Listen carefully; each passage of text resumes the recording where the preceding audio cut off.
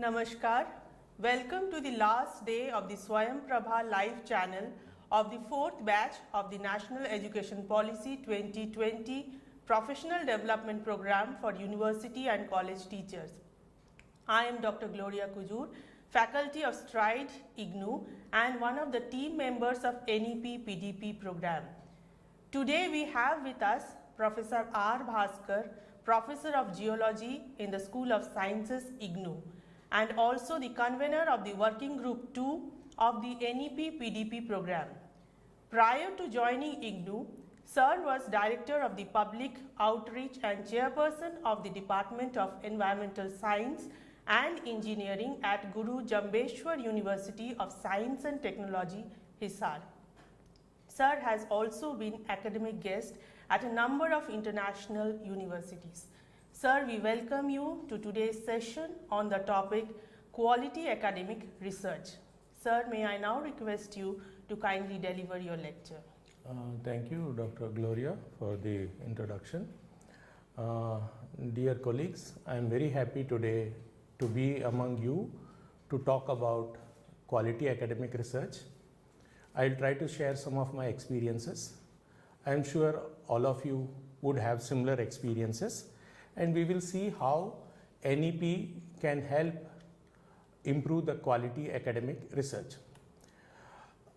Today is the 6th day, and by now these terms you must be familiar. Just only one slide, I am just giving a recapitulation. Multidisciplinary and holistic, you must have heard about this.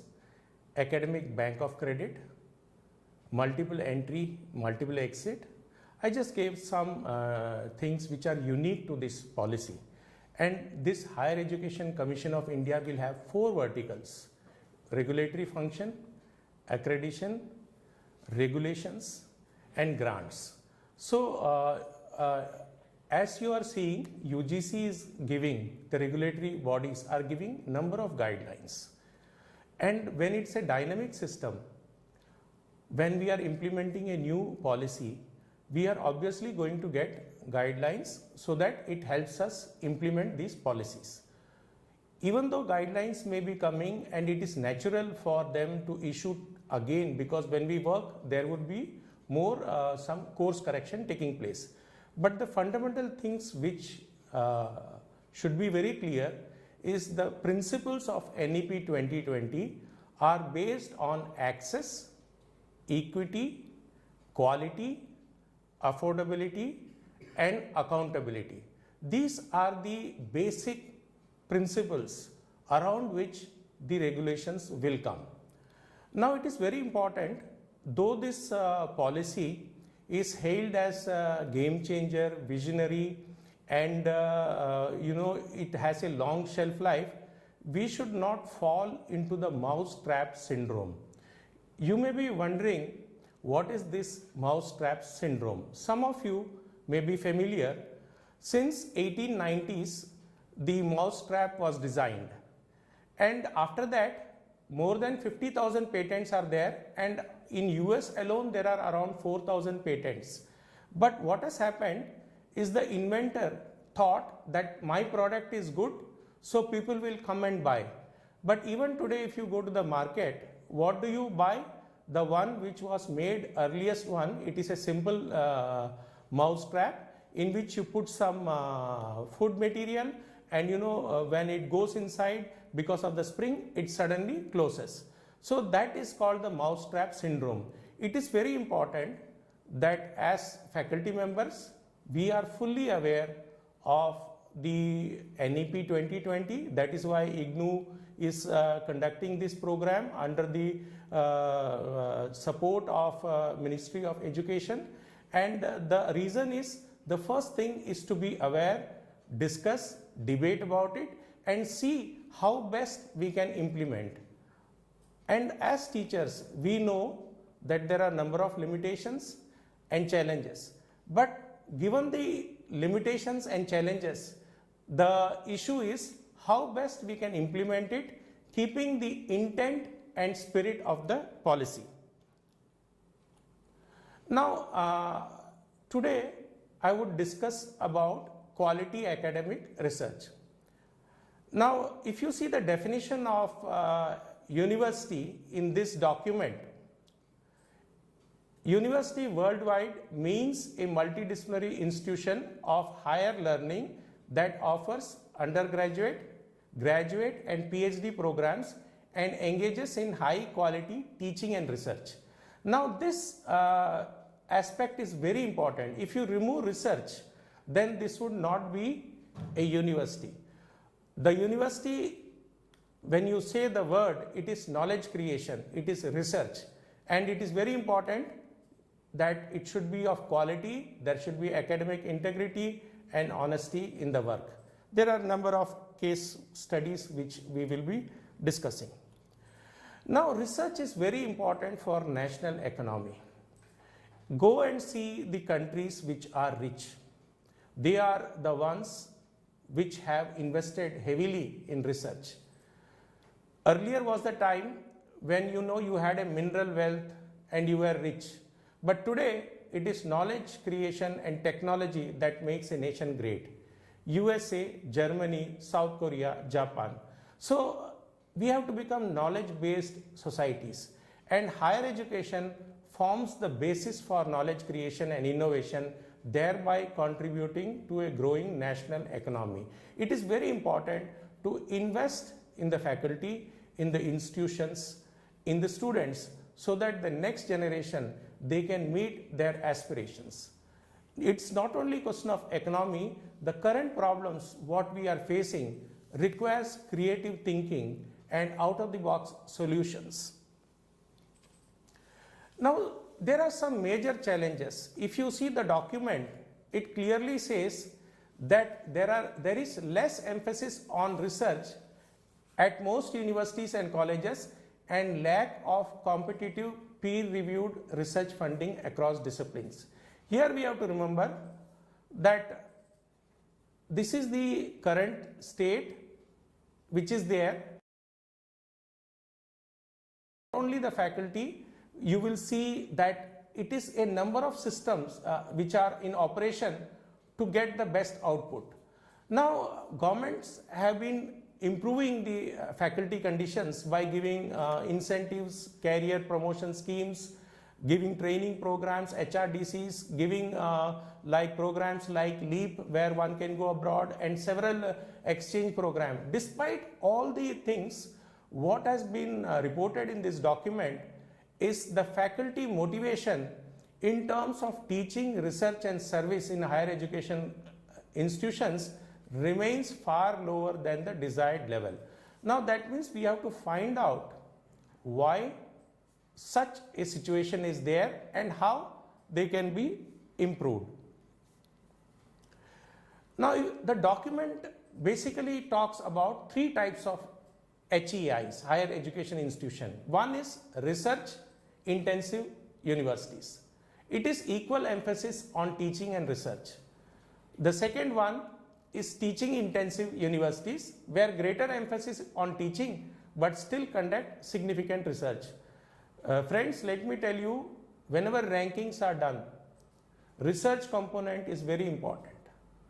And if you see the international rankings, Times Higher Education rankings, QS rankings, if you see even the NIRF, and if you even see the NAC gradings, research is an important component, and we should focus on this area to get our ranking and recognition in the society. And there is the third one, which is autonomous degree granting colleges. These are large multidisciplinary institutions of higher learning that grants undergraduate degree and is primarily focused on undergraduate teaching. But it does not say they cannot do research. They also do research. They also contribute. But the focus is more on teaching, that to undergraduate teaching. Recently, UGC has come up with guidelines where these autonomous, all colleges would be degree granting, and in due course, they would either become part of the university clusters or become universities. Ultimately, the policy aims that every district or near every district there would be a university. So this is a great opportunity for the colleges where they can design how they want to plan their institution. Institutions can plan the institutional development plan, and in that they can focus on research or give some emphasis so that their contribution increases. Now, this type of classification is not rigid. It does not mean that a teaching intensive university will not become research. It is a continuum. They can change. They have the autonomy. They have the freedom. They can move from. Expectations of high quality of education, of teaching learning process will be the same. If there are different types of institute, the kind of NAC accreditation which can be done, the parameters can be slightly tweaked so that some institutes which are not able to do research for various reasons beyond their control do not lag behind. So this already is being done by the ranking agencies. Now, if you see the role of higher education institution, they say that 3 functions are there. One is teaching, second is research, and third is outreach activities. Now, obviously, teaching, because it is a fundamental one, research is equally important. If it is a higher education institution, then there has to be some kind of knowledge generation which is required. Even guiding a student for PhD, master's dissertation, now if you see the UG program also, they have research component. So in addition to this, they have social responsibilities like developing community around them. UGC came up with a circular sometime before that you can adopt 5 villages and you can do some community contribution. Then you can also improve the faculty, give them opportunities, and this document talks about supporting the school education. Ultimately, all this, if you see the NEP document, everything is very beautifully interlinked and nothing is separate. They are integrated. School education, higher education, vocational education, higher education, all these are integrated. And this is the beauty of this document, that it seamlessly moves from one to another. Earlier there were rigid silos. For example, vocational was not integrated. They did not have the opportunities to move into higher education. So you can see now there is more scope for us to do many things. The document also talks about how high quality multidisciplinary research and teaching is important. They plan that MERU will be established. This is called Multidisciplinary Education and Research Institute. And this will be at par with the best and they will aim for highest global standards. Recently, the ranking was done and Indian Institute of Science, Bangalore came in the top in the country. So you can see that Oxford came number 1. So higher education institutions will be ranked and research will be an important parameter. And the document also envisages that all single stream higher education institution will become part or move towards becoming a multidisciplinary higher education institution. Why this is important? Because high quality research is possible only if there is multidisciplinarity, cross-disciplinarity and interdisciplinary approach. And this has been proved by many of the universities abroad, that the innovation is taking place in those universities. Now, when we talk of research, we should talk about PhD students. Faculty, MSc students do research. Now the BSc students, 4th year you can have with research. Then you have the PhD students. Now it is very important that PhD students should take courses in teaching, education, pedagogy in their chosen PhD subject. And PhD programs around the country will be reoriented for this. As faculty members, to spend our time and share our knowledge with the PhD students, so that tomorrow when they become teachers, they will be making very meaningful contribution. In fact, the PhD student learns many things, including ethics, values, knowledge, because he spends 3 to 5 years with the PhD guide, and he shapes the whole thinking process. So we have a very big role. In addition to the teaching of the masters and UG students, we have a great responsibility to make our PhD students perform at the world class level. Recently UGC came out with an announcement that for PhD, submission of PhD, there is no need of research publication. Earlier the rule was mandatory publication was required before PhD submission was done. Now why this was waived? The earlier thinking was that if you put a condition of publication, at least the student will do some work, and the number of publications will increase, and this will add to the research quality. Now the problem is, it is a chicken or egg casualty dilemma. Whether a good quality PhD will result in good publication, or good publications will result in a good PhD. Now what has happened, when the mandatory condition was there, a study was done. I will just tell you that lot of predatory journals came into the picture. They capitalized the situation, and fly-by-night journals came, and students started getting their publication just to meet the mandatory condition. As a result, the quality suffered. So the 2016 PhD regulations, they had a cobra effect. Now what is this cobra effect?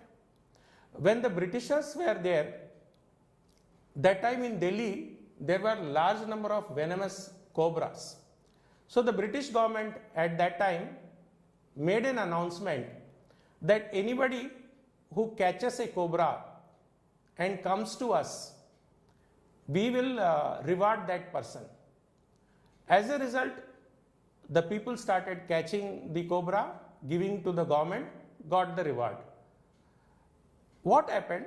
Some of the people, they thought, let us breed them and let us go and give the cobra and we will get the award. This came to the notice of the then British government. They immediately stopped that award. And what happened? The people who bred these cobras, they felt that now they are no longer useful and that has to be released. And this resulted in a perverse incentive. So when I talk about chicken or egg casualty dilemma, this is a debate whether chicken came first or egg came first. To have the chicken, you should have the egg, and to have the egg, you should have the chicken. So really cause and effect is not clear, whether a good quality PhD can result in good quality publication or vice versa, a good quality. So now what has happened, the study has been done from 2017 to 19, and only 25% were in Scopus indexed journals, the publications of the research students. 75% were in other journals, which were not of the standards required.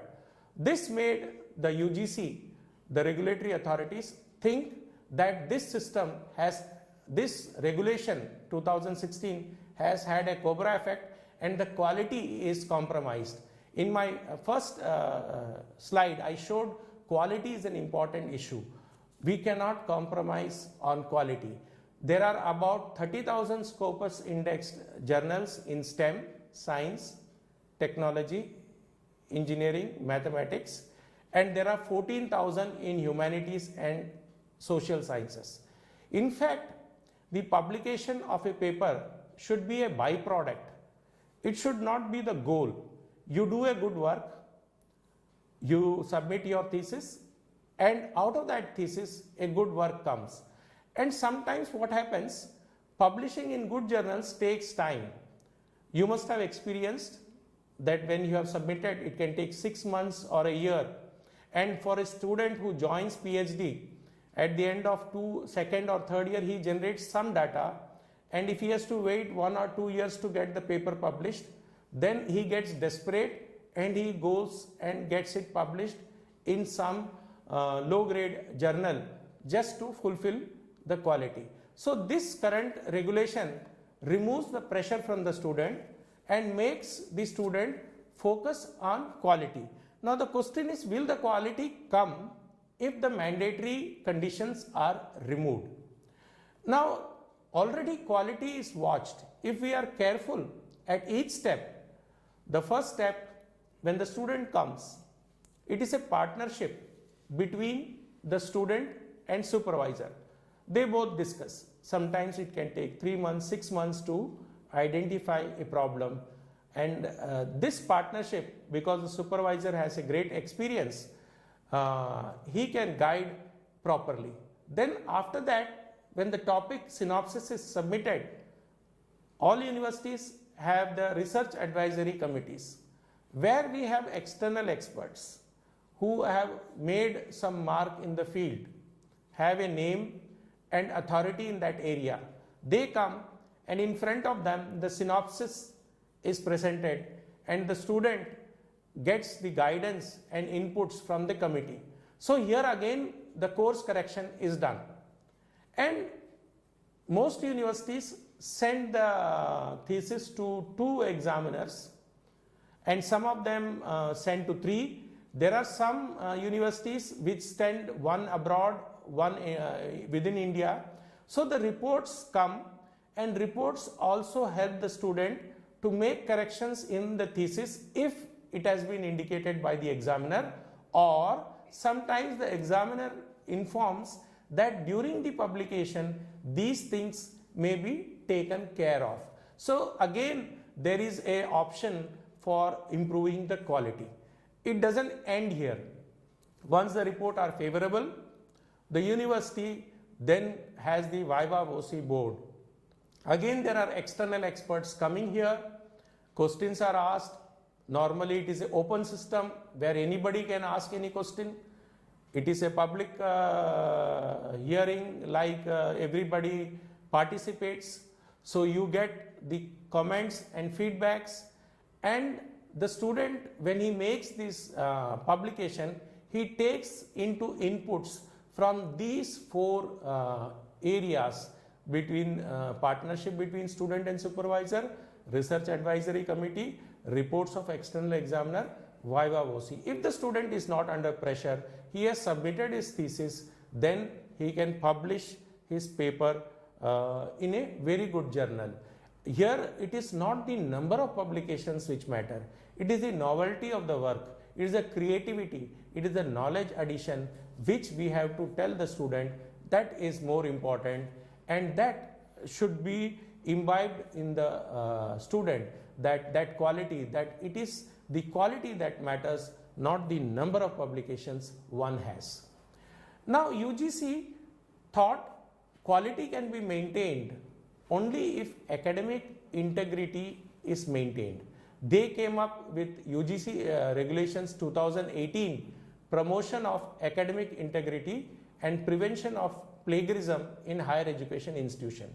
What happened, when a study was done, large number of papers were found to be plagiarized, and there were many famous case studies where it put India in a bad situation, and there is retraction watch. Even today several thousand papers are retracted, and it is very humiliating for a researcher to get the papers retracted.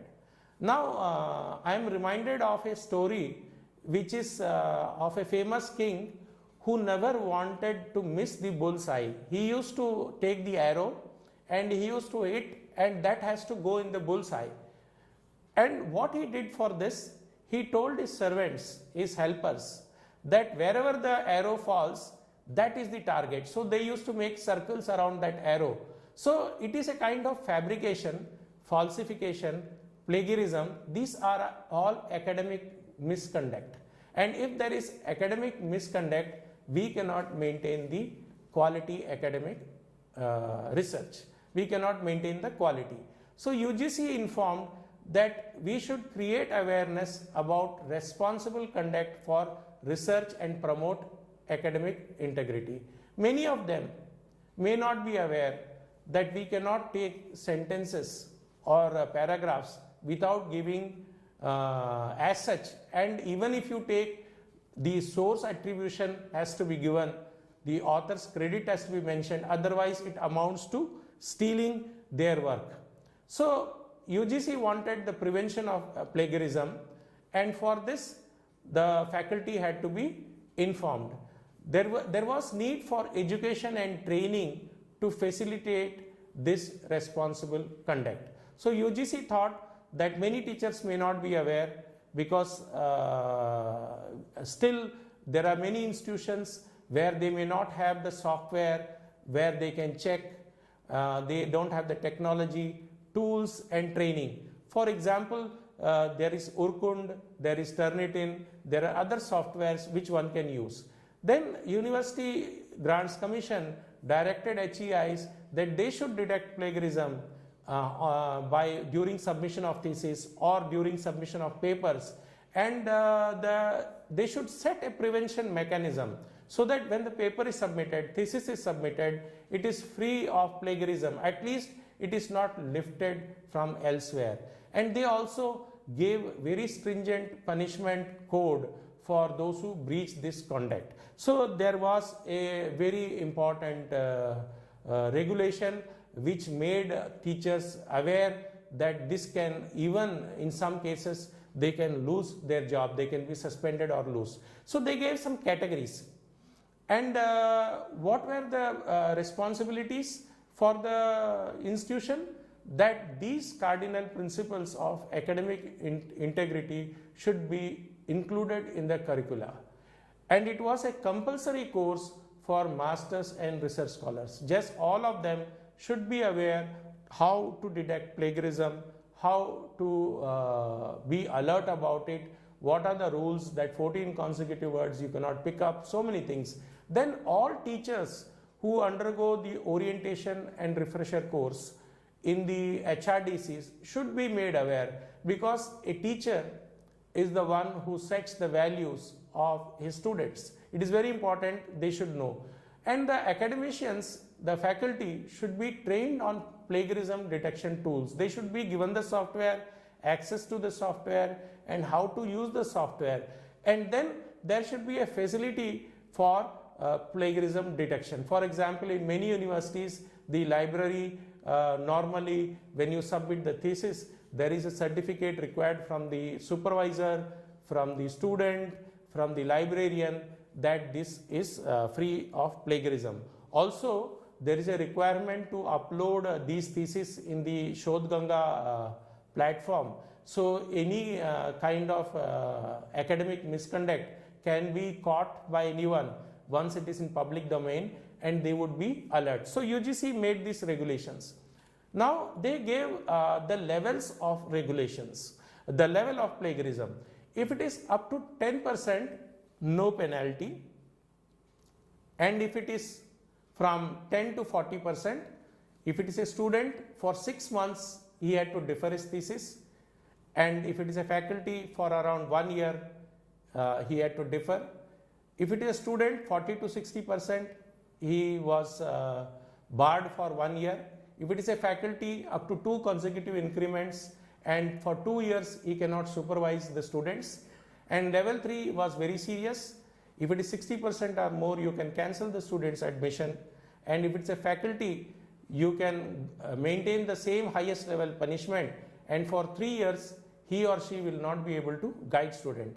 For a teacher, nothing can be more humiliating that he is not able to guide students because he is involved in some kind of academic misconduct, and it is very humiliating. So we have to be extremely careful, and if a faculty member repeats again, then the university can decide to suspend him, terminate him, because this brings very bad name in the academic world. So plagiarism is a very serious issue. Quality academic research can be maintained only when academic conduct is in order. So to do this, the UGC suggested two kind of authorities. One is Departmental Academic Integrity Panel and another one is the Institutional Academic Integrity Panel. And the department one deals with the departmental issues.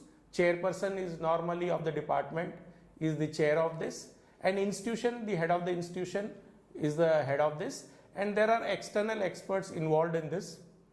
And if a head of the department is involved in plagiarism, then the Institutional Academic Integrity Panel investigates, and if any member of these panels are involved, then they will excuse themselves when there are cases against them. And if the institutional head is involved, then the regulatory body can deal with it. There are many cases when the highest persons in higher education institutions have lost jobs because of plagiarism issues. So we have to be extremely careful while dealing with these kind of issues. It is a very, very sensitive matter, and the students right from undergraduate level are now being aware and trained about these plagiarism detection tools and the consequence of this. Now this NEP takes care that we can improve research ecosystem by catching them young. Now what they have done in this UG program, which is of 4 years, it can be 3 years, they can also do a 4-year, in which they may lead to degree with research. And if a student completes a rigorous research project in their major area of study as specified by HEI.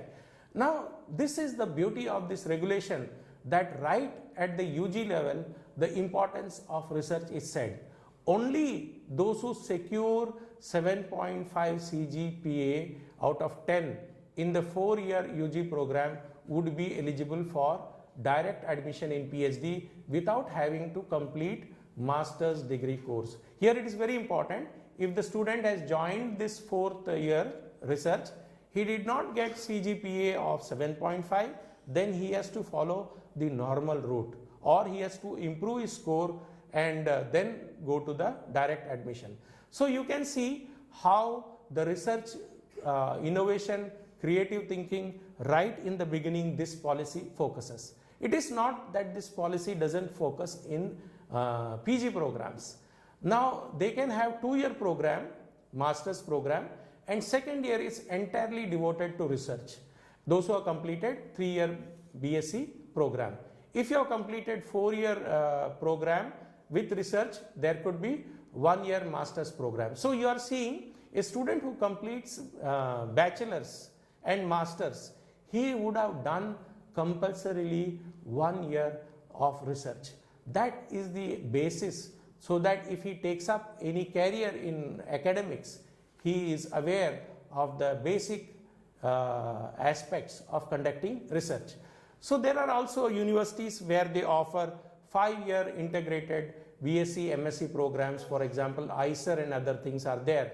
And undertaking a PhD again would require either a master's degree or a 4-year degree with research. So ultimately we are seeing this whole policy is focusing on research in UG and PG, and that too quality academic research by taking the academic conduct of the student, the researcher and the teacher involved in the program.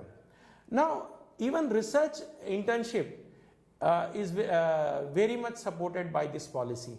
And what is this?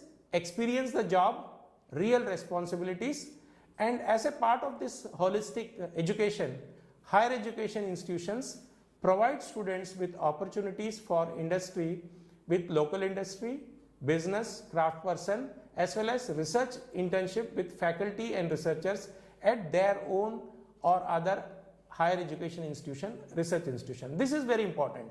They want that internship should be done with faculty and researcher either at their own institute or with other institutes. So what is this? This is experiencing the job the real responsibilities. Students will engage in the research, practical side of their learning, and as a byproduct, not only their creative skills will improve, they will also improve their chances of getting employment. One of the important issues to be addressed is also the employment.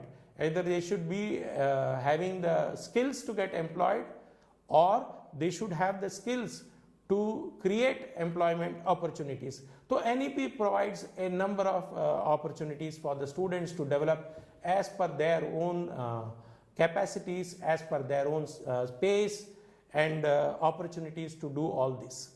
Now, even if you see internationalization, this NEP document promotes research through internationalization. Now we want India to be a global destination, and we want India to be a Vishwaguru. Now you see why the Indian students go abroad. They go abroad to the knowledge societies. They go abroad because the degree there is valuable, the training is valuable, they are given more value once they have it. So unless research is promoted, India cannot be a Vishwaguru. While teaching and learning practices are important, but if we want to attract the students, we should permeate a culture of research. Research, teaching collaborations with faculty exchanges, student exchanges with high quality foreign institutions. Nowadays we are seeing large number of exchange programs being conducted by the ministry, and these are for the students, masters, and also for research students, also for young faculty members, and here the focus is on research. So if we want to internationalize, either we want them to come to India or we want to go abroad, we should strengthen the research capacity, both infrastructure as well as human capacities. Now UGC has given incentive also. If some university is high performing, Indian universities can set up campus in other countries. Now for example, IITs, now they are setting up campus in other countries. You can imagine the prestige which is associated with having a campus abroad, having the faculty, both Indian as well as local people there, and training the Indian diaspora and also the local people there. So you can see how this will change the image of the country. Many other institutions also have joined for this opening campuses abroad, and the ministry is actively facilitating this kind of activity. Similarly, those 100 universities from the world will be welcomed, the top 100. And rules have been made. For example, in Gift City in Gujarat, they are free from the normal regulations, and they can come and set up. And this kind of facility is given so that they can set up their campuses here. And the condition is the degree will be the same, the content curricula will be the same, the value will be the same, so that you will have the Indian students getting the same training if they set up here, instead of losing so much money in foreign exchange and going to other areas. Similarly, India can also gain foreign exchange or revenue by setting up campus abroad. Here again, if you want to promote internationalization, research is very much essential component. Now research is again taken care in the policy because it takes care that student teacher ratio should be reasonable. It should not be high. Suppose the student teacher ratio is not favorable.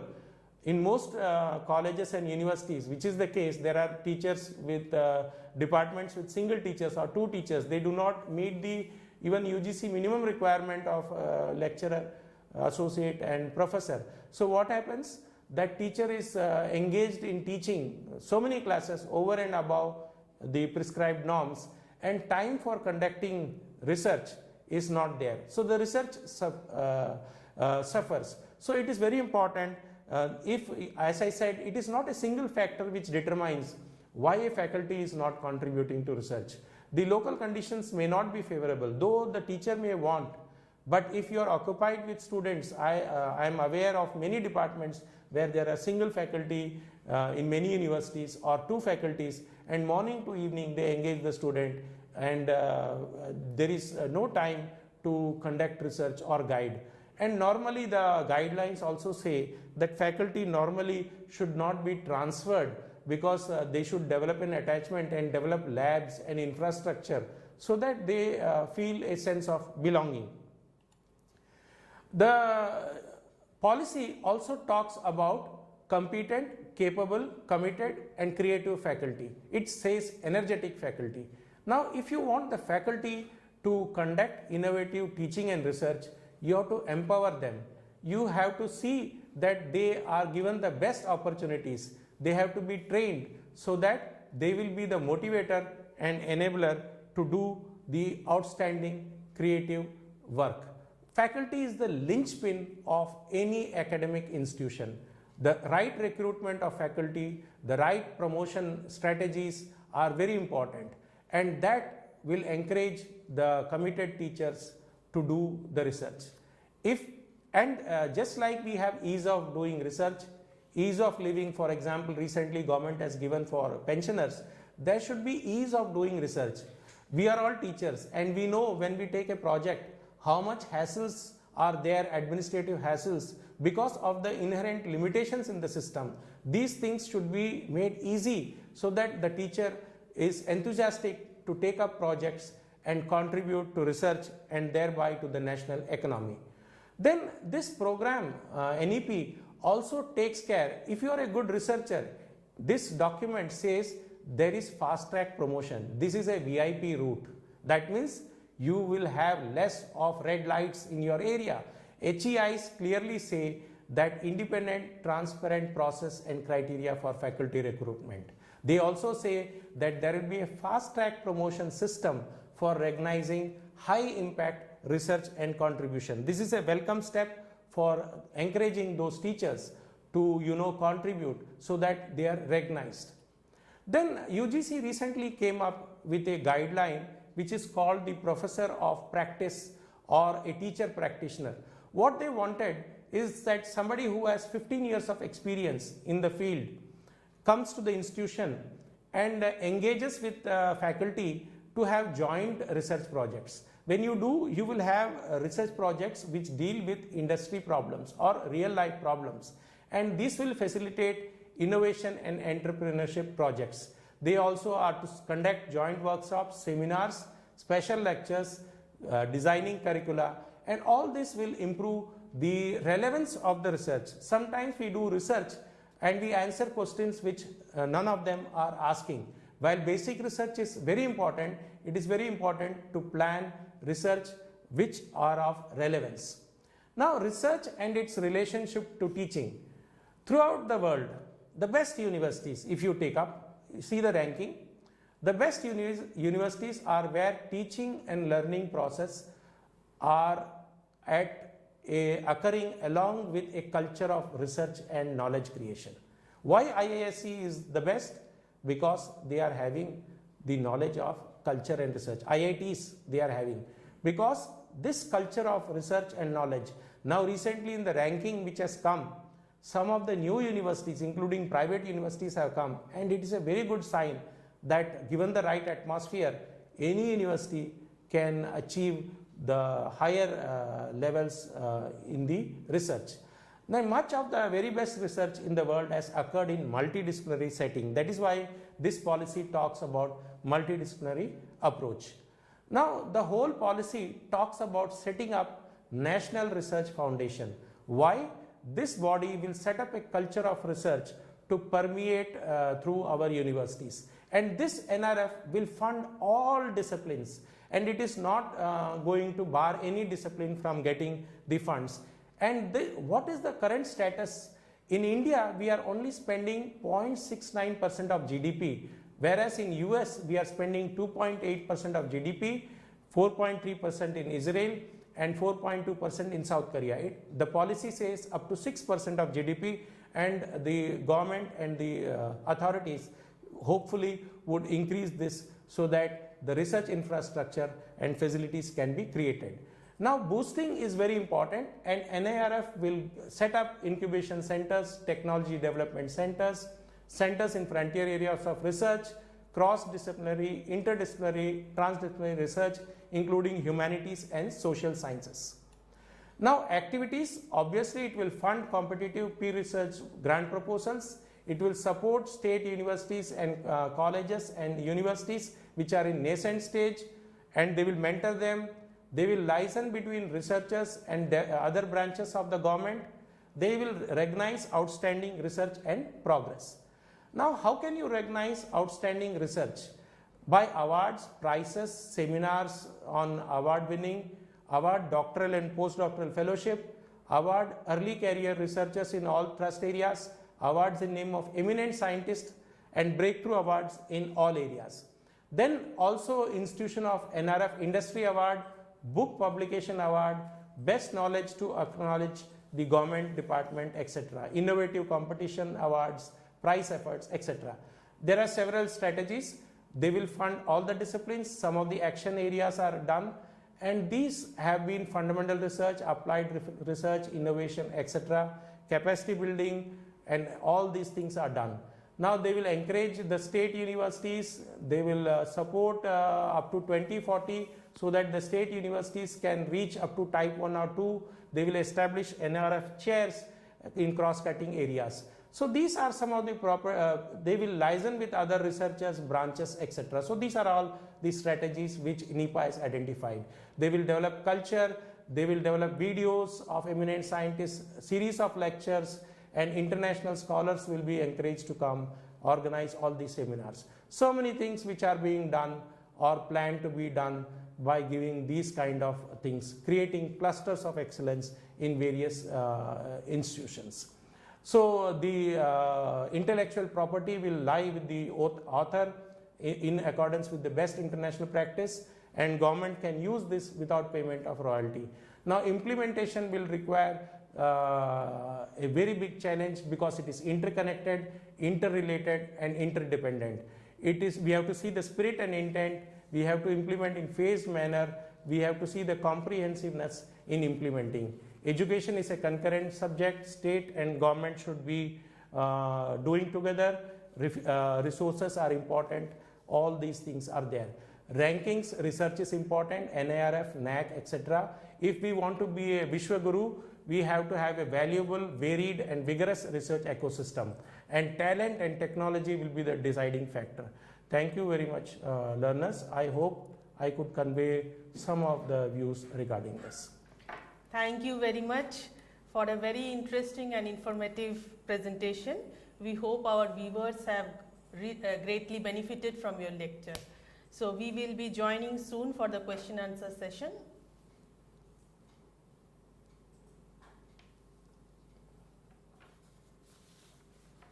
Okay, welcome viewers to the question answer session. There are quite a few questions that has come up.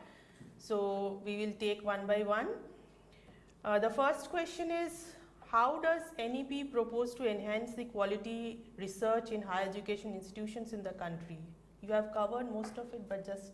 Yeah. You see, quality research, if you see whether it is UG teaching, whether it is PG students, UG students, research, policies, all these things, all are focused on quality.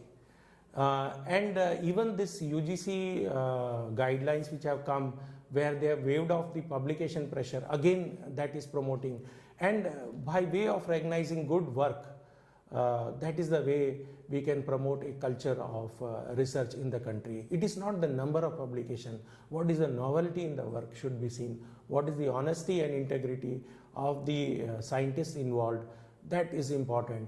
What kind of creative thinking has gone in developing the project, that is what is very important. Okay.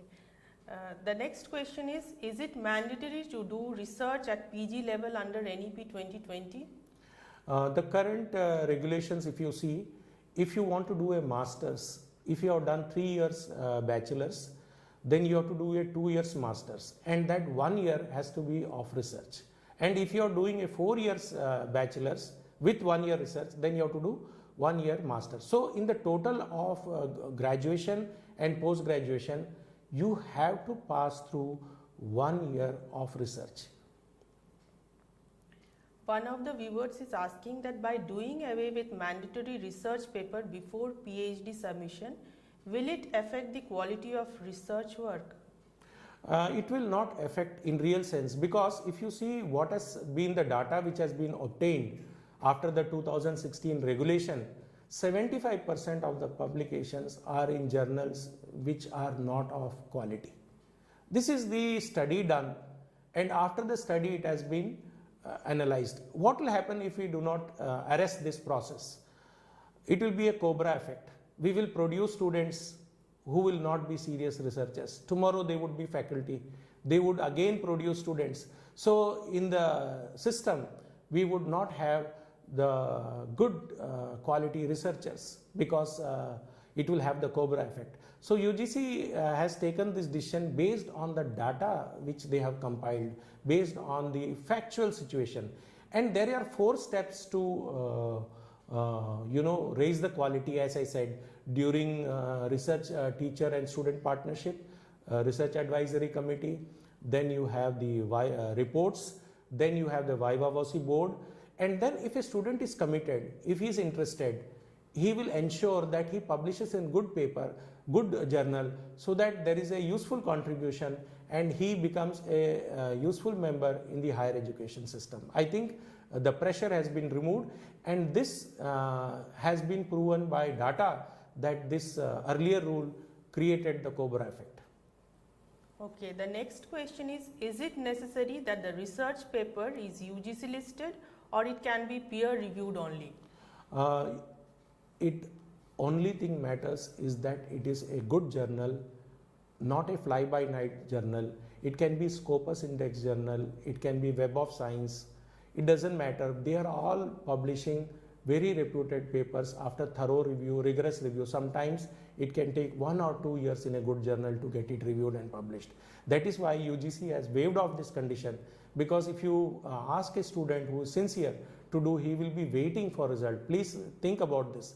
A student joins, he generates some data only in the 3rd year or so, something, and he has developed some understanding, and you want him to wait another 2 or 3 years for one publication. So this is something we have to reflect on.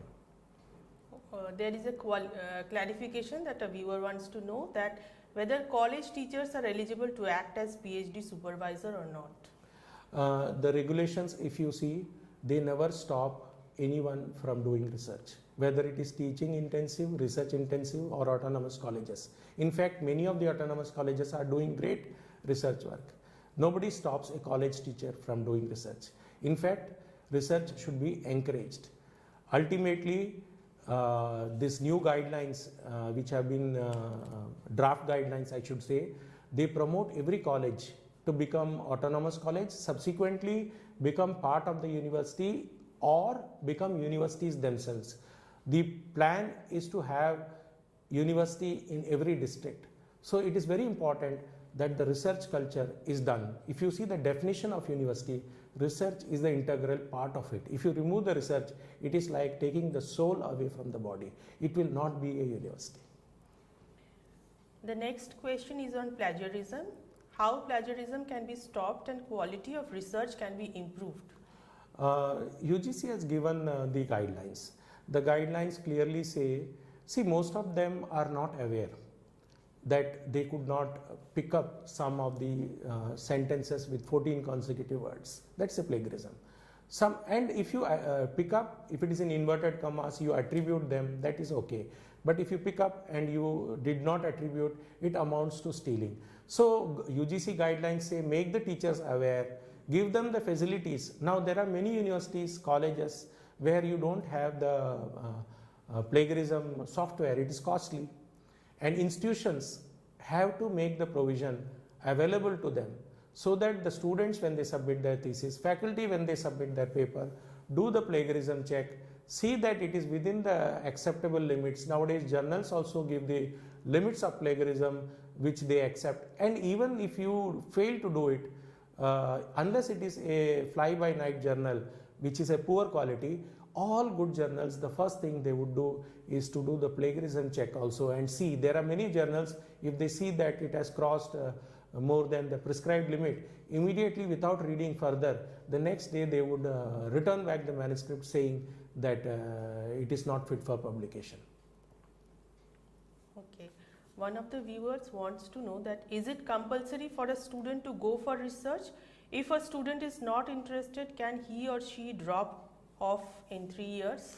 Obviously, this whole beauty of national this education policy 2020 is that this is modular. Modular means you exit at first year, you get certificate, second year diploma, third year BSc. If you come back again after some time, you can join BSc with honors or BSc with research. Then again you can join. So this academic bank of credit, I am sure they must have told to you that whatever credits you earn, they are stored. And earlier this facility was not there. If somebody was doing a degree program, after 2 years due to some personal reasons, social circumstances, he could not complete even a single paper, he loses degree. But this vision of this committee and the policy is so great that nobody will lose the opportunity. If there is a thirst, they will learn. In fact, they are promoting lifelong learning. Just to add one more line, last 30 years have seen tremendous development in all fields compared to the earlier decades. And if we have to match up with this, then some kind of changes are very much required, and teachers should try their best, given the limitations, given the circumstances where they are, how best they can implement this, keeping the spirit and intent of the policy. Another question is research at PG level, will it benefit or enhance the research aptitude among students? Obviously, the more you give training at a younger age, the mindset becomes ready. That is why even if you see in the younger, even in school children, the cognitive development is very high in the young age. And when you come, when you are UG student or a PG student, your mind energy levels are very high, and if they are channelized, they would become very good citizens, because NEP sees holistic development. It is not only that it has to be research oriented, they would be competent citizens who can do critical thinking and contribute to many of the nation's social problems. And India having the largest demographic dividend, we are going to play an important role in the coming decade. India will be a real player. If you see, we have reached the 3rd position in the economic development, and even if you see the number of startups, we are 3rd. So India is making stride. We have the human capital. The policy gives the opportunities and for us to realize our potential and aspirations.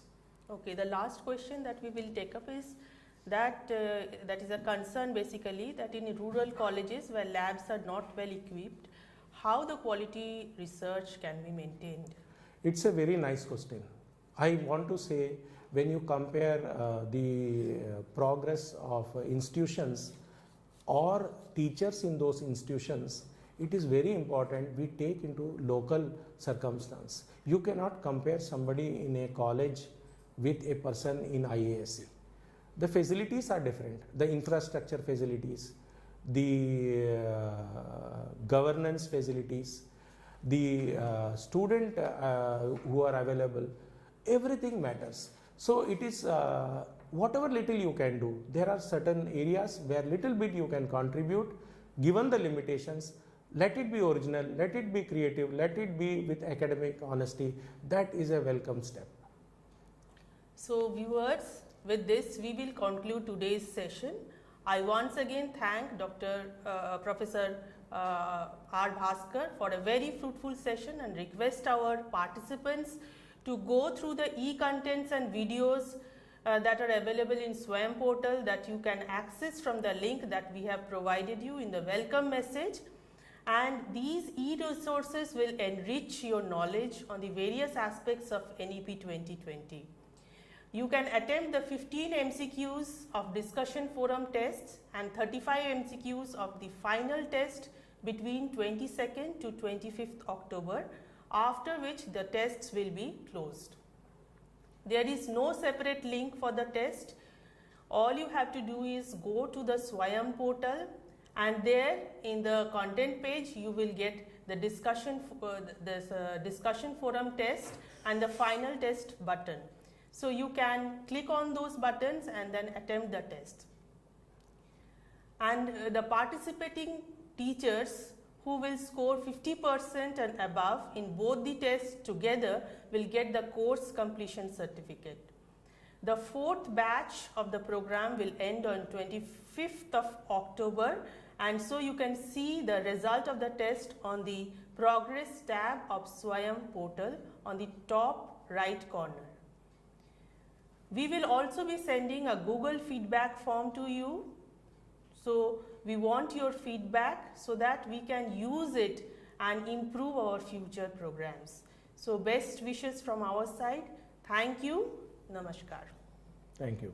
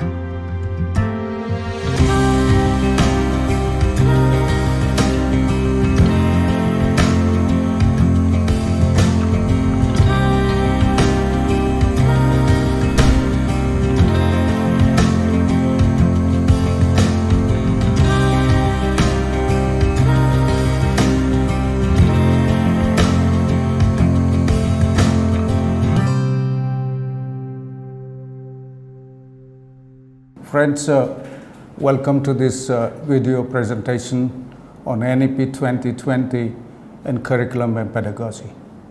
We as teachers, we all have been teaching all through our career. We have been doing our curriculum course design in certain ways, and we have been taking care of teaching learning, whether we are teaching face-to-face, online, blended, and otherwise also. NEP 2020 stipulates some of the very innovative ways of doing things, and I will highlight some of them, and therefore it takes care of the holistic and multidisciplinary perspective that NEP has been talking about. What you see on your screen is that the main thrust so far pedagogic curriculum is concerned. The National Education Policy 2020 talks about Indian culture and values, indigenous knowledge, Bharatiya Gyana Parampara, regional and local languages, local dialects at the school level, even in college and university level, also teaching in local language, even the professional areas of medical science, engineering, and so on and so forth. It talks about pedagogy in context, putting theory into practice, almost 50-50 formulation that 50% should be diverted towards internship as well as activities, student engagement, and practicum. Multidisciplinary, I'll talk about that, and holistic, interdisciplinary. Already the UGC has the outcome-based learning framework and graduate attributes, which we would also take into consideration. Accreditation of prior learning insofar as skill development is concerned, and transferring the skills or the credits for the skills with evidences available towards putting in more credits and giving exemption to those credits and take towards a certificate, diploma, or degree. Skilling and employability is the major issue, which is an integral part of teaching learning process and curriculum in NEP 2020. In fact, two have been very important in NEP 2020, that a liberal arts foundation course would be compulsory across the board, including professional education, which will develop social and life skills, happiness skills, and vocational education and training or skilling and employability would become compulsory part of the curriculum across the board. Technology-enabled learning is the issue that NEP is talking about, to tell into the mainstream of teaching and learning, rather than keeping it as supplementary or complementary. It should be integrated into our teaching learning process. Whether you are teaching face-to-face, distance, online or blended, these 5 areas that I have listed, they would be extremely useful to consider in designing the curriculum and courses, as also designing teaching learning strategies, including assessment strategies. How do you transmit knowledge? How do you provide information? How to ensure interaction and negotiation of meaning, individual creation of meaning, and development of values, and so on and so forth, collaboration for sharing values and mutual respect, and development of positive attitude towards life and society and teaching learning contexts. How to put our own understanding into a reflective practice that reflects on action and reflection in action, while doing and after doing, which is a very powerful strategy to develop higher order learning, and how to ensure in our assessment strategies that assimilation has really taken place.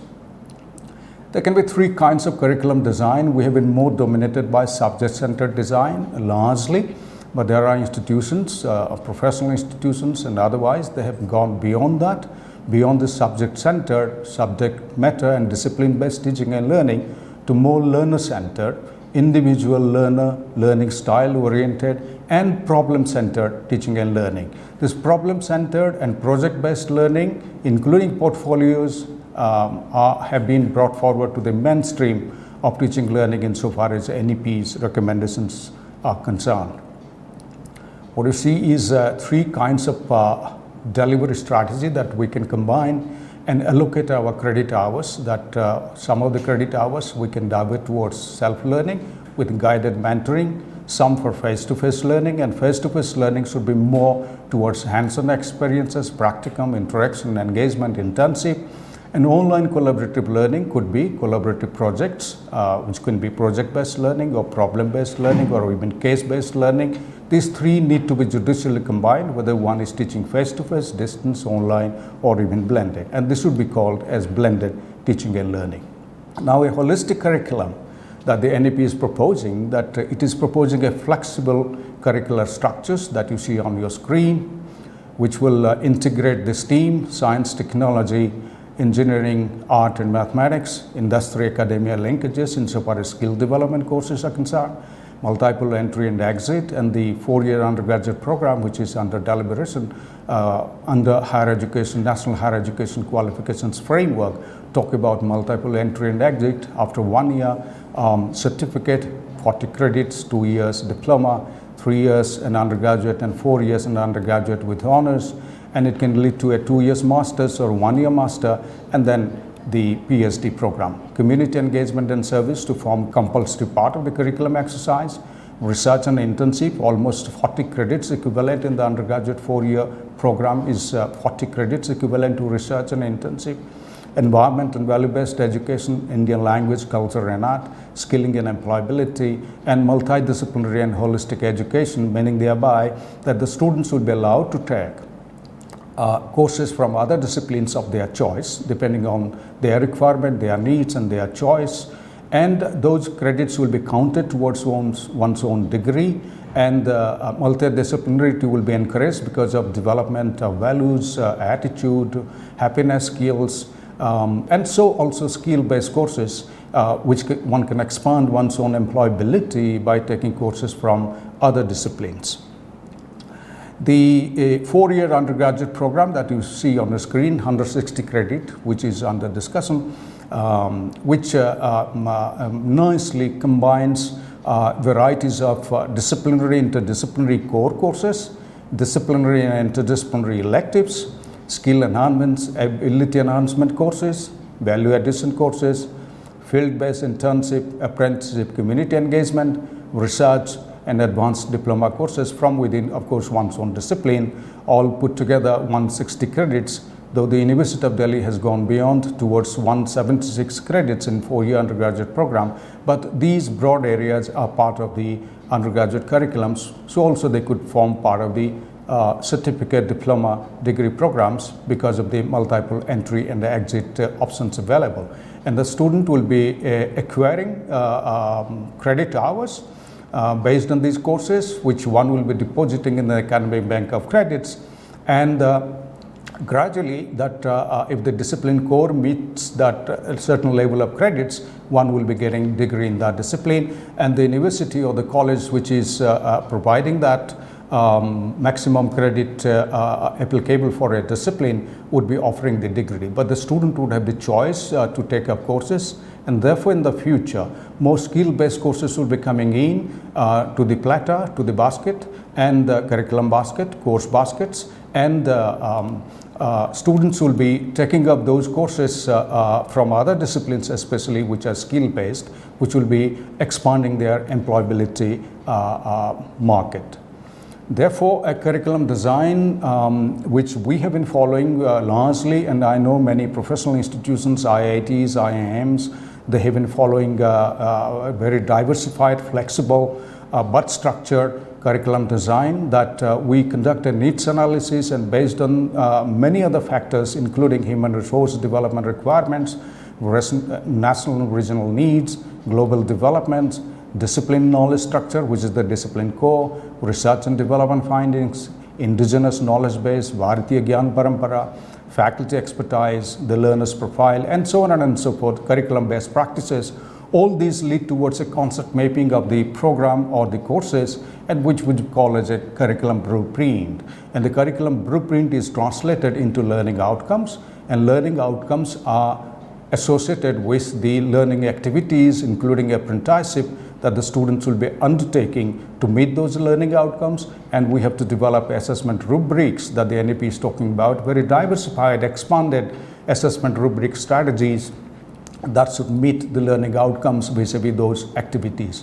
In between, we provide resources, we undertake teaching and learning, bring in media and technology. So therefore, the discipline, the skill areas that the NEP is talking about, broadly I have listed as discipline skills, employability skills, social and life and happiness skills, self-regulated and metacognitive learning skills, technology skills or digital literacy, and learning to learn skills. 21st century skills they've been talking about, the NEP has talked about extensively on 21st century skills, which are basically communication skills, independent learning skills, thinking skills, critical problem solving, creativity, responsibility and ethical skills, leadership skills, digital skills, knowledge management skills, and as I said, self-directed learning, metacognitive skills, self-regulated learning skills, including happiness skills. So therefore, we need to find out the relationship between the curriculum mapping, concept mapping, 1, 2, the graduate attributes and learning outcomes derived from that, 3, the learning activities that we need to engage, design and therefore engage students with, including internship, which will carry forward or achieve the learning outcomes, and we have to develop authentic task and authentic assessment strategies or rubric which will assess those learning outcomes.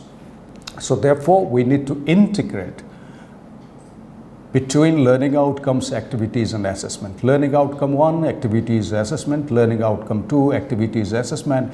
This is possible across any discipline, whether one is teaching language, literature, whether one is teaching professional education or social sciences or management or education, or even community development programs.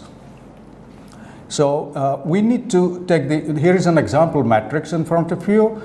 We can take up help of any other matrix that you know, which doesn't matter, but what is important is that there must be a mapping of the courses and the modules and the units, their learning outcomes, the credit hours, activities and assignments which are associated with that course or the module, learning support that will be provided, the learning resources, print, audio, video and face-to-face interaction, and the assessment rubric.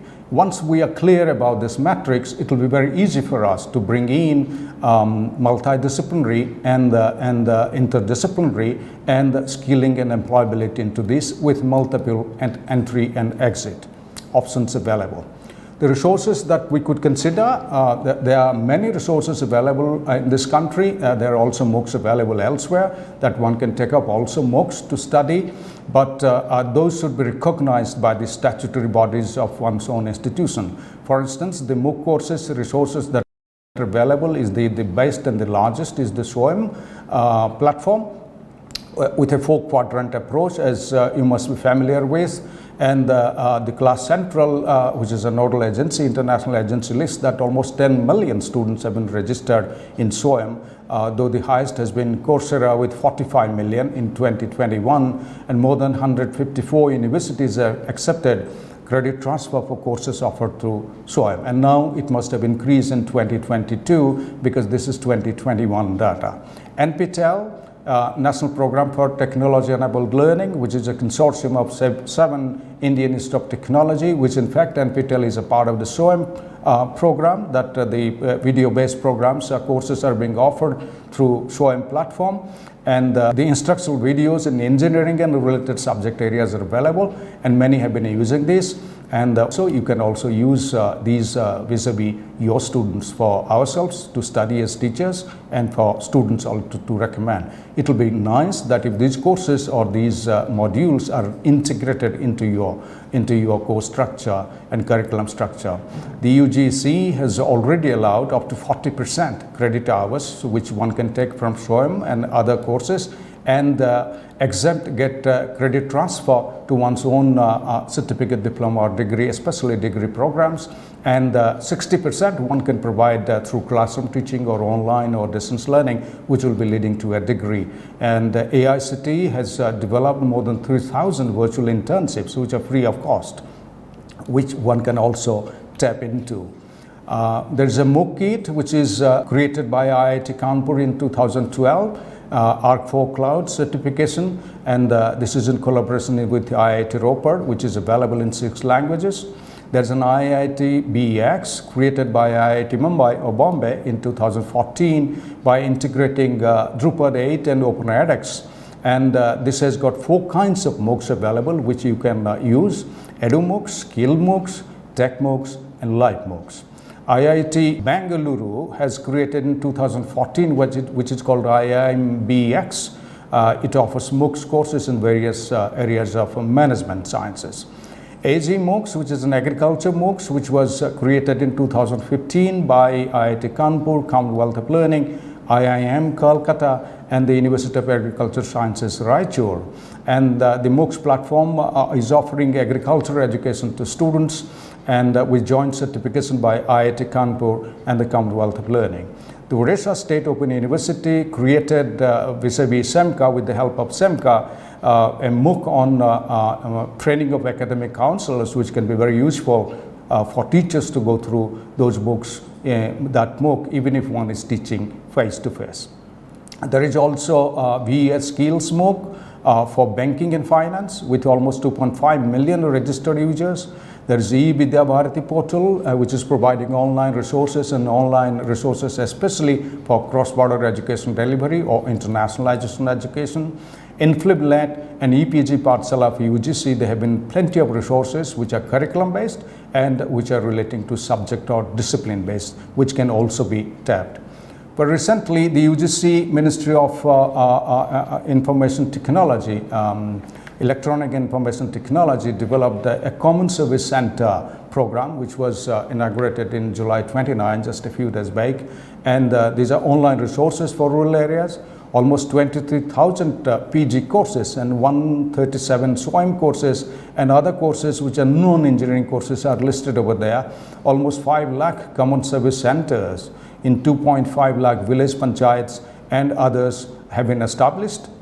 The student can register, pay a little fee. It was told some 20 rupees or so. The student can register per day to use that and earn credits vis-a-vis completion of these courses and transfer these course credit completion to their academic bank of credits, which will be counted towards certification, towards a certificate, diploma, or degree, and therefore credit transfer is very much possible. So friends, I would sum it one thing to you, that skill development and employability has been a major priority across disciplines vis-a-vis the NEP 2020 to enhance the ability of the graduates for self-employment or even employment in the public and private sector, including NGOs and international organizations. I would submit to you the consideration of micro-credential courses, which are small bits of skill-based courses which students can take up to compensate or to enhance their employability skills. These are small courses focusing on skill sets mapped into qualifications framework, and the qualifications framework are mapped alongside the National Higher Education Qualifications Framework, which is compatible with National Skills Qualifications Framework. The focus is on training for world of work and developing additional professional skills which will be useful for the graduates. They will enhance the employability skills which are benchmarked against the industry frameworks, because now it is coming up that the skill-based curriculum should be developed in collaboration with industry and in conformity with the National Skills Qualifications Framework, and the students will be able to show evidence-based assessment, and therefore award is possible, and micro-credential course credits could also be transferred to one's own certificate, diploma or degree. So far pedagogy is concerned, I have listed quite a few which you could consider and integrate depending on your discipline and the subject area and the level of the students and the context that they are, because context and language and culture are very important to one's own teaching and learning. And therefore, Bharatiya Gyan Parampara and Indian indigenous knowledge based on our culture and tradition and our indigenous knowledge should be brought insofar as curriculum and course contents are concerned, and insofar as pedagogic strategies are also concerned, which could be context and culture specific, preferably in mother language or one's own regional language at least. They could also be in English or any other language. Project-based learning, I'm emphasizing this project-based learning because these facilitate in developing skills for very minute project tasks in their implementation, and that students in the process learn certain skills which they would minutely do based on, say, research evidences. These are policy research, this could be any kind of projects that they will be doing. Case-based learning, besides project-based learning, I must also note that we should consider problem-based learning. So the problem-based learning and project-based learning should be brought to the forefront, which we are considering much less, except that in like a master's dissertation or a project or internship project, but this should form an integral part of teaching learning process all through the year or the semester.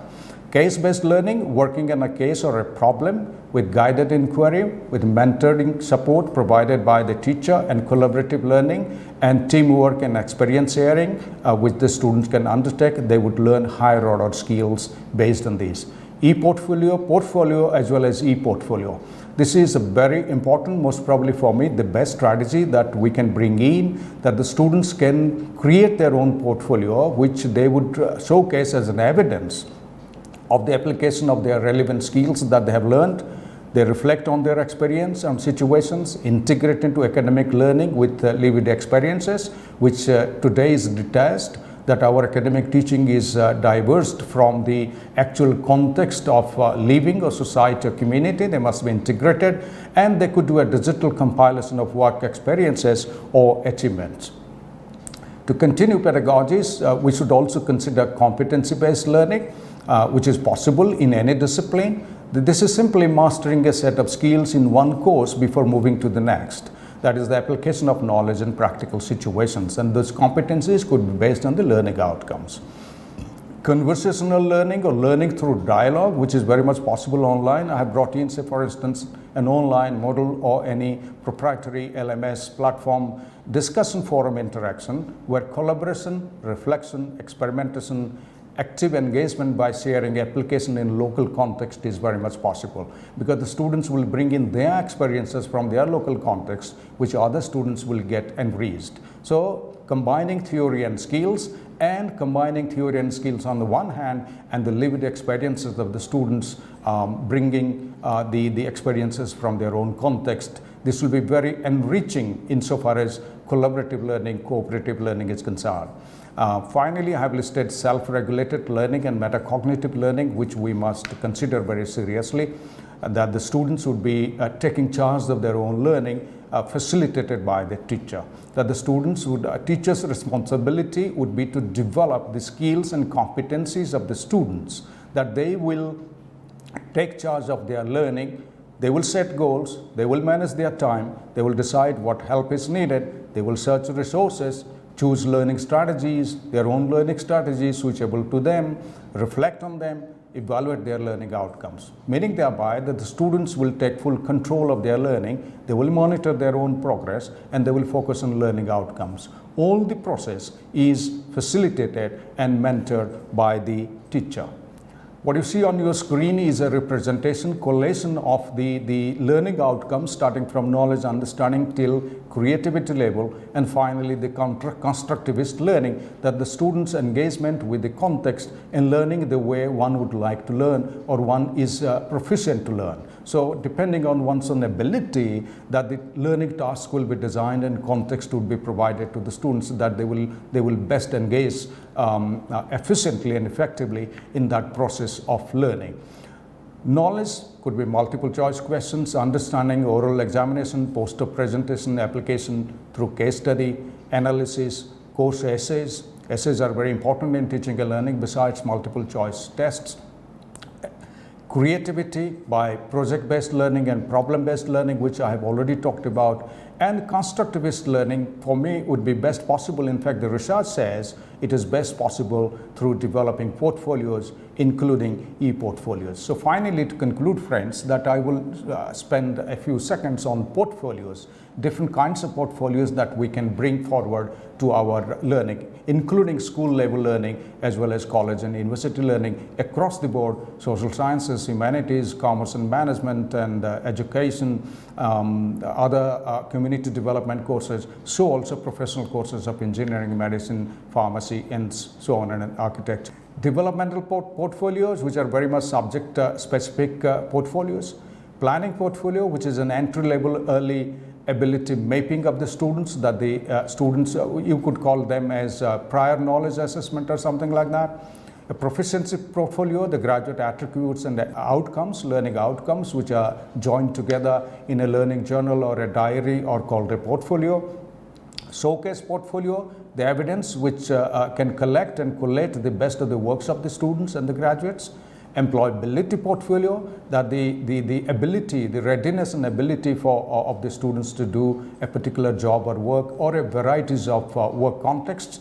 And success potential portfolio, which is required for admission to the next grade.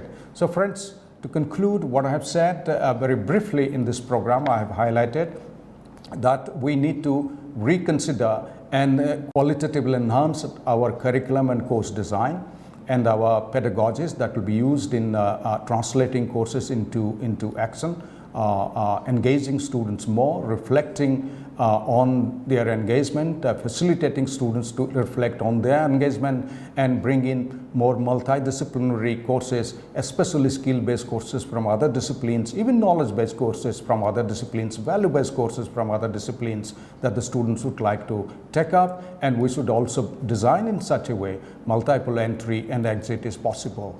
There are plenty of resources, some of them important that I have quoted over here, mentioned here, that the students need to be engaged with, and teachers need to bring those resources and build those resources into their teaching and learning within the classroom or even outside the classroom or at a distance or online and blended learning. And finally, I must submit to you that it needs a holistic planning of curriculum and course design, so for the holistic development of the students. I hope that you found this useful. You must read the NEP more, and some of the good practices that are coming up from different institutions from time to time to ensure that we are very much at what exactly we need to do insofar as our own curriculum design and pedagogic design and teaching learning is concerned. Thank you very much.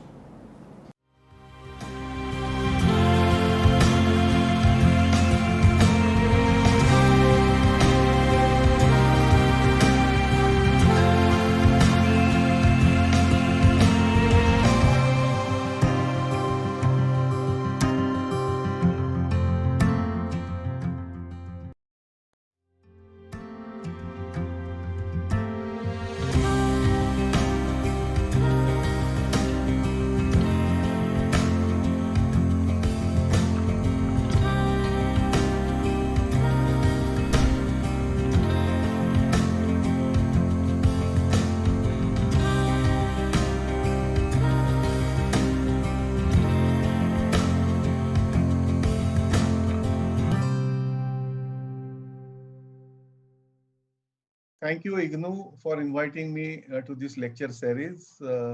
I will talk to you today about the National Education Policy 2020 and especially its focus on the academic research quality. If you look at the section 18 in NEP 2020, it talks about catalyzing quality academic research through a new National Research Foundation. So NRF is something what NEP is proposing.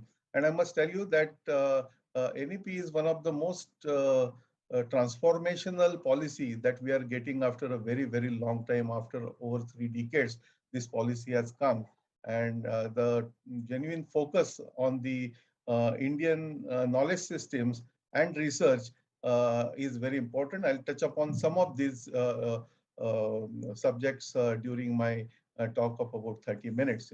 As all of us know, we have a long historical tradition of research and knowledge creation, especially in science, technology, humanities, art and literature, medicine and agriculture.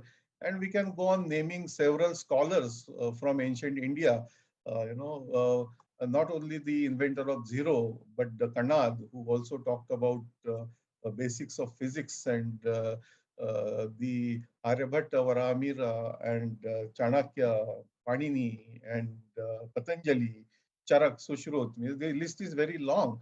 So the research and innovation tradition was there in Bharat, I would say, because when we talk about India, we start thinking about India only after 1947.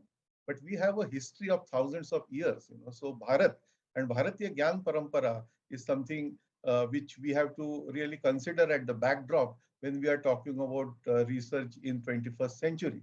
There is no doubt that India or Bharat actually, and that's why Prime Minister has appealed us for Atmanirbhar Bharat. And Atmanirbhar Bharat, we have to also regain Atma Sanman. And regaining Atma Sanman for Atmanirbhar Bharat requires to learn from our heritage, our culture, our tradition, and take them forward with the current science and technology for innovation.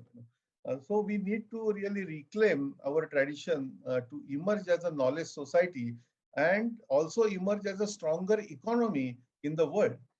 Because without research and innovation, this is not possible. A significant expansion of our research capacities and output across disciplines is very, very vital. For instance, if I may just quote, which is there in NEP 2020, it says that, or it's rather gives some figures, the research and innovation investment in India has been very, very small. For instance, just 0.69% of the GDP. And if you compare with the other countries, example, United States is about 2.8%, China is about 2.1%, Israel is about 4.3%, South Korea, a smaller country, a much smaller country, is spending something like 4.2%, almost 3 to 4 times more than what we are spending. So the establishment of National Research Foundation comes as a very prominent hope to move in the right direction, because the overarching goal of NRF is to enable a culture of research to permeate through our universities, because the culture of research has to permeate through our universities, especially the state universities and public institutions where research capability is currently limited. And we have to provide a very reliable base of merit-based, at the same time equitable peer review research funding to help develop this kind of a research culture in our institutions. If you look at the research output and its impact, and if you take a kind of a span overview from 1996 to 2010 as the first step, and if you take data from Web of Science or Scopus, these are the most reputed search engines, you will find that India trails behind. India trails behind even of smaller countries like Japan or United Kingdom or Germany. US, of course, is one of the top in the list, but India still trails even behind China. India is trailing behind China. And this is something which we have to work on very, very seriously. I am a biomedical research scientist, and therefore my talk, I will be taking examples from biomedical research, But while I take examples of biomedical research, what I'm telling you is true to many other disciplines as well. For instance, if you take compare countries like, say, India, America, China, and Germany. And biomedical research output, if you get data, which we call it as cytometric data from this scopus, still you will find that India trails behind. And while during last decade, I would say that the efforts from Indian scientific community are showing now internationally, and therefore our position is becoming stronger and stronger, still we have a long way to go. While we talk about research now, I will say something about what is the current status. If I take example of biomedical research, let me tell you that somehow in our country, at least, the research has been going on more on the lines of routine, if I may say so, because there is a very less component of originality and innovation. For example, in medical sciences, if you look at, what kind of original contributions have come from medical sciences from India? If we ask this question, we have to really search very hard. For instance, new molecules, new drugs, how many of them have come from India? The number may be very, very small as compared to many other countries, So this, at the same time, if we look at the potential and knowledge which we have is enormous, but somehow there is disconnect. We are looking at our own heritage just to take pride, and taking pride in past glory is important, but we should not really become kind of sitting back and we just saying that when somebody else invents something, we knew it and it is there in our old text. We should use our ancient knowledge as a knowledge resource and build on that new research, innovative research, and move on and show the world that this is what Bharatiya Gyan Parampara had, which world did not know. And now we are coming out with the new science and technology. In medicine, for instance, the plastic surgery, all of us know, is documented in Indian subcontinent. Even during British period, there has been systematic documentation when the community of Kumars used to do this plastic surgery very, very efficiently, especially the transplantation of nose, because during olden period, chopping of nose was considered as the dehumiliating punishment that was given at that time. So nose transplantation or implantation was very, very necessary. So there is a detailed process which is given.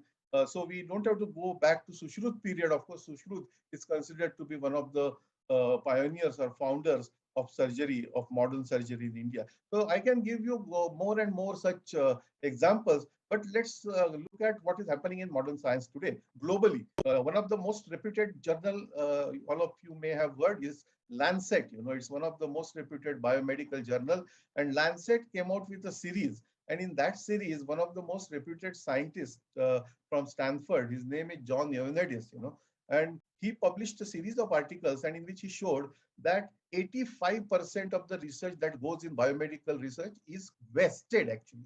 That means it is of no use. Research, if it is not going to be useful for people, what kind of research we are doing? Research just for sake of research is not going to be beneficial for our country especially. We have to invest in research which will be practically useful and get back to something to the society. So this kind of a wastage in research is happening because of several reasons. Primarily, we don't ask right questions. Asking right research question is the first step, which we don't invest much time in that. Most of our studies or many of our studies may be badly designed and therefore they are not publishable or reported properly in the reputed journals. So I would say that creativity and scientific research should be for search of truth, creating new body of knowledge. And it is about pleasure. We should take pleasure in doing research. It should be about our own devotion, our own commitment, and never-ending quest for innovation. And research should not be used merely for the purpose of publications. It is not some kind of a race. I have to become from associate professor to professor, therefore I have to publish. It should not be converted into some kind of a desperation to publish, which we witness today, because today research is more is happening because I want to do PhD, because PhD will open me doors for getting job in the universities or academic institution. or we do research to get recognition. In my name prefix, doctor will come and I will get more recognition in the society. These are not the reasons for doing research. Socio-economic benefits, obviously as expected from research, but they should be natural outcomes. The first purpose of research should be in search of truth and creating new body of knowledge. But somehow what happened is during last, especially 3-4 decades, slowly the erosion in terms of what I would like to call it academic integrity was very, very visible in our country, and especially it was more visible during the last 2 decades, and I will just talk about some of these cases. So I'll also discuss some of the plagiarism incidences which happened in India, and all this actually tarnishes image of our country, and therefore I'm stressing more on academic integrity and publication ethics and the issues related to plagiarism in our country. I come from Pune University. So I remember while I was at Pune University in 1992 to 1994, one of the most debated case of plagiarism was unearthed. And that case in court went on up to 2018, finally, when High Court gave a verdict and the 2 senior professors were actually sacked from their service. Senior professors were sacked from their service.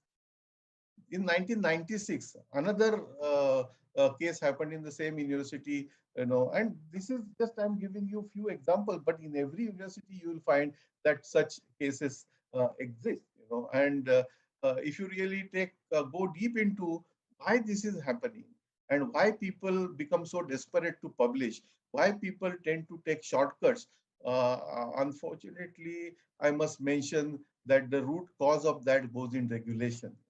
And while I am saying that, I'll also going to give you some examples. For instance, and all these regulations, I must tell you that were made with good intentions, but somehow people try to misuse them, and try to find shortcuts.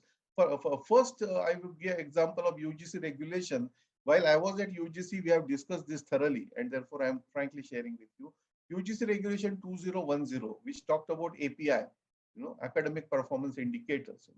They gave a certain amount of weightage to national publications, international publications, etc., national conferences, international So there is nothing like international publication or national publication or international journal or national journal. Journals are based on the quality of journal, not whether they are national or international. For example, Current Science, although published in India, is an international journal, and there could be several journals which are named as international journal, global journals, world journals. They may not be even worth considering that they are journals, So somehow we created at that time a culture called as publish or perish, and that created a compulsion or desperation to publish. And while it was again considered in good spirit or for good purpose, well-meaning, still it led to in 2018 UGC regulation about academic integrity. One of the very good regulation which UGC came forward, which talks about first time the plagiarism, how to handle it, how to do similarity check, how to avoid plagiarism, what could be the punishments about plagiarism, what are the levels of acceptability of similarity, and etc., etc. And during the same time, while I was not at UGC, I was at Pune University. We did a study. UGC had come out with a list of approved list of journals, and we actually analyzed that list, and we showed in 2018 that 88% of the journals which were in the approved list of UGC were predatory or dubious, and this was shocking. And this was bringing all kind of bad reputation to our country. Journals like Science and Nature wrote editorials and articles showing that how maximum more and more number of Indian authors are falling prey to these predators. And it was really very, very awkward situation for all. There were questions in the parliament, and that time minister also asked a question in the Vice Chancellor conference that I heard that now we are going to also consider Chanda Mama and Champak as research journalists. I mean, this kind of a situation was there. When I joined UGC, my first priority was to fix this. And therefore, you will see that the UGC care came in force, and I'll talk about it little later. But UGC care really try to fix this in a video. So I'll come again back to the desperation to publish. Again, I will repeat that temptation to taking shortcut is not advisable. Publication or PhD thesis is not for name and fame, for position and authority, for in some kind of foreign tours or committee membership or grants and funds or promotions or academic elections or increments. No, these are all coincidental. They should not be our purpose. And the predatory publishing, we witnessed during last, especially during last 10, 15 years.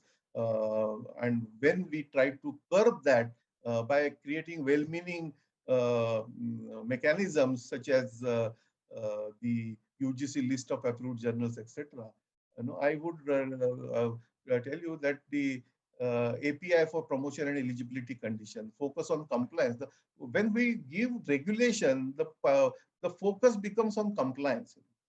And the compliance focus tempts people to take shortcuts, and therefore pay and publish culture emerged. And all these journals, which were created, and you will be surprised, and you may know also, many of these journals actually are fake. They don't have whatever they show on the website. The information is actually not correct. The names of the editors which we put in may not even exist. So practically, it became like a Nigerian lottery scam. And all of a sudden, you also may have noticed, many of you may have noticed that during 2010-15, many of us started getting emails saying that we recognized your academic excellence and all, and so therefore you are requested to come on our editorial board. And name of these journals were very fancy: International Journal of XYZ, Global Journal, and all that kind of stuff. And many of us at that time have fallen prey to this kind of a gimmick. So pay and publish trash culture was very, very essential to curb, and therefore we converted the approved list to a reference list of quality journals. So today you see on the UGC website or CARE website, what we give is reference list of quality journals. So it is up to you. UGC, why UGC should decide which journals are good and bad? It is up to the academic fraternity. It is about the university. When somebody is giving interview, it is the job of the selection committee and the vice chancellor to see at the micro level whether the quality of research work is good, and not only where that person has published it. So the responsibility we have put, or the onus we have put back on the university academic leadership, because if we try to regulate, I remember the Cobra effect. You may know that during British period in Delhi, this is known as Cobra effect. There were too many cobras in that area, and so British government announced a prize. If somebody kills a cobra and bring the dead cobra, they used to get some money. And then the result was, initially cobras, genuinely people were catching, killing, and getting a reward. But then people found out that there is a good economic model, business model in it, and they started actually cultivating cobras, and cultivating cobras and then killing them and then getting the money. So this kind of a cultivating cobras, today the same model was used by predatory publishers. They came out with more and more such bad journals, and they tried to lure the academic community and actually sold these publications. And it went to such an extent that if somebody wants to improve API of last year, journals were ready. And even today, some of them are ready to improve your API by giving you backdated publications also. So we made a mockery of this scientific research and publications, and therefore academic misconduct became very, very important, handling that. Typically, academic misconduct is a data fabrication, falsification of results, or misleading research subjects, or conflicts of interest, hiding conflicts of interest. These are some of the important challenges we have to really address, and most of the key drivers, if you look at why this kind of academic misconduct is happening, the key drivers are competition. I want to become professor. I want to become highest cited somebody, all these competition, the priority claims. I want to do it first before somebody else do it, for prestige, for high achievement, for high value, commercial gains, inadequate. So there are several. So a culture of honesty and integrity is needed to maintain the highest standards of ethical practice and behavior. Increasing pressure or desperation to publish resulted in a rapid increase in the number of research publications in predatory journals, and that brought a lot of disreputation to our country. Policies and procedures for ensuring good research practices are needed, and violations of any good practice must be addressed in a fair, timely, and transparent fashion. And we hope that with this National Research Foundation, all this will be fixed more effectively.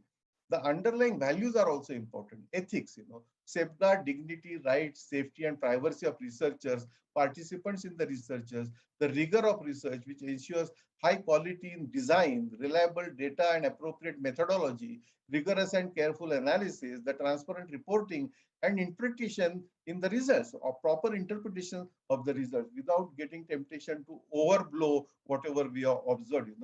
The relevance is also important. The environment and ecosystem, the public and global good, the science and society. What relevance my research is to the society? This question always has to be back of our mind.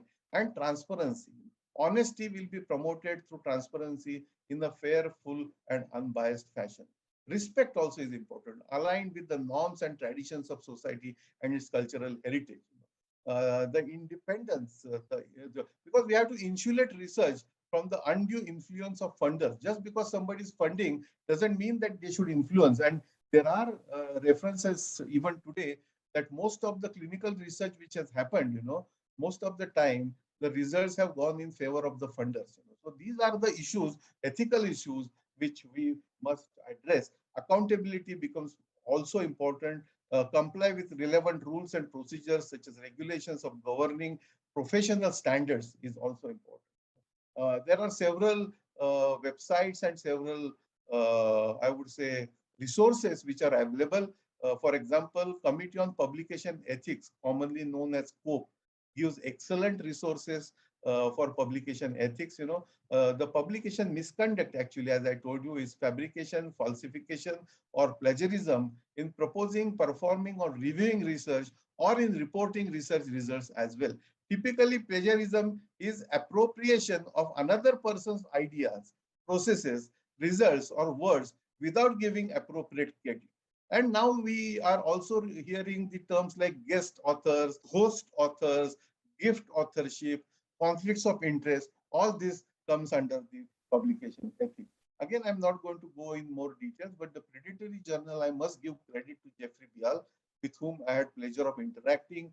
Jeffrey Bial used to come out with a Bial's list of predatory journals, and I was part of an international exercise where we'll develop a definition of what predatory journal is, and our article was published in Nature main edition, and those who are interested can really refer to that article in Nature. So while on one side, during last decade, our image was tarnished in the international community regarding publication ethics, plagiarism, and academic misconduct in this decade, we have seen to it that through efforts like CARE, the international community has started looking at it more seriously and also appreciating, our efforts. But still, the cases continue. If you look at Retraction Watch, Retraction Watch has about 32,000 retractions. Remember, retraction meaning after you publish something, if somebody points out some deficiencies or some misconduct in your research, that article is withdrawn by the journal which has published it earlier.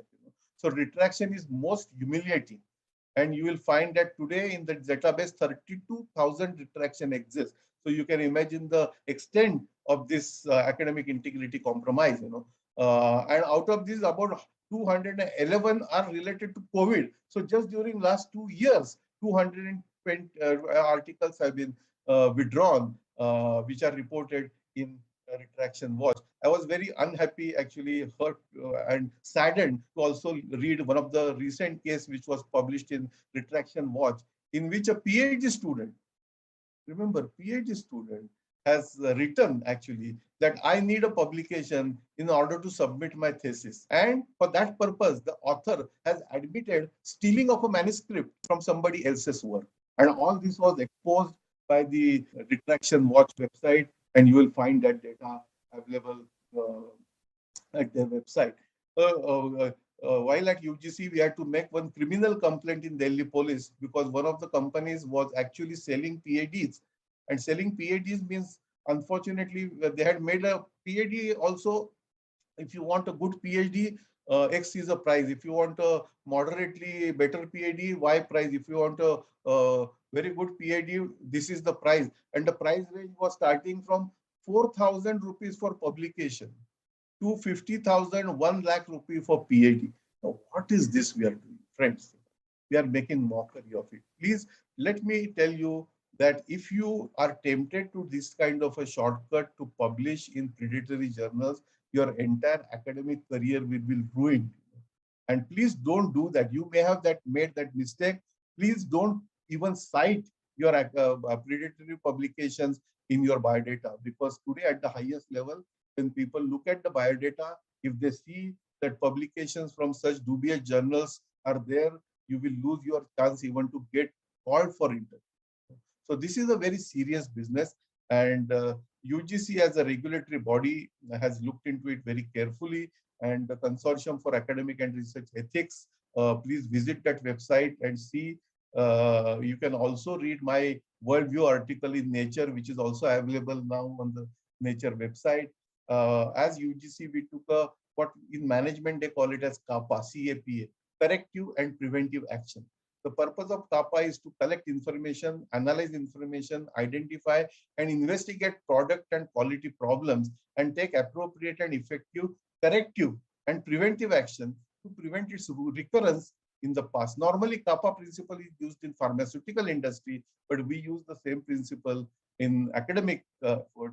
And CAPA is an overall effort to investigate and correct quality issues to prevent recurrence, and the care is one of the prominent outcome. All of you must also visit UGC website to see document, guideline document, which we have published, known as Good Academic Research Practices. This was published in September 2030 in collaboration with one of the reputed science database company called Clarivate, which publishes Web of Science and many other. The impact factor also belongs to them, actually. So in short, I will end by saying that again, creativity and scientific research is for search of truth, creation of new body of knowledge. It is also about pleasure, devotion, and never-ending quest for innovation. Please don't reduce it down to about only game of publication or race, or please don't get desperate, or to get recognitions just for research should not be based on all these parameters. As I mentioned, socio-economic benefits are also very vital, but they should be natural outcomes of your research. With this, I will end my talk again by thanking IGNOU and Professor Nageshwar Rao, who is one of the good friends and colleagues, who is very efficiently handling Vice Chancellor of IGNOU, for conducting this kind of exciting lecture series to expedite implementation of one of the most transformational policy which we have received from Dr. Kasturi Rangan, National Education Policy 2020. With this, I wish you all the best, and Namaskar, Jai Hind, Jai Bharat.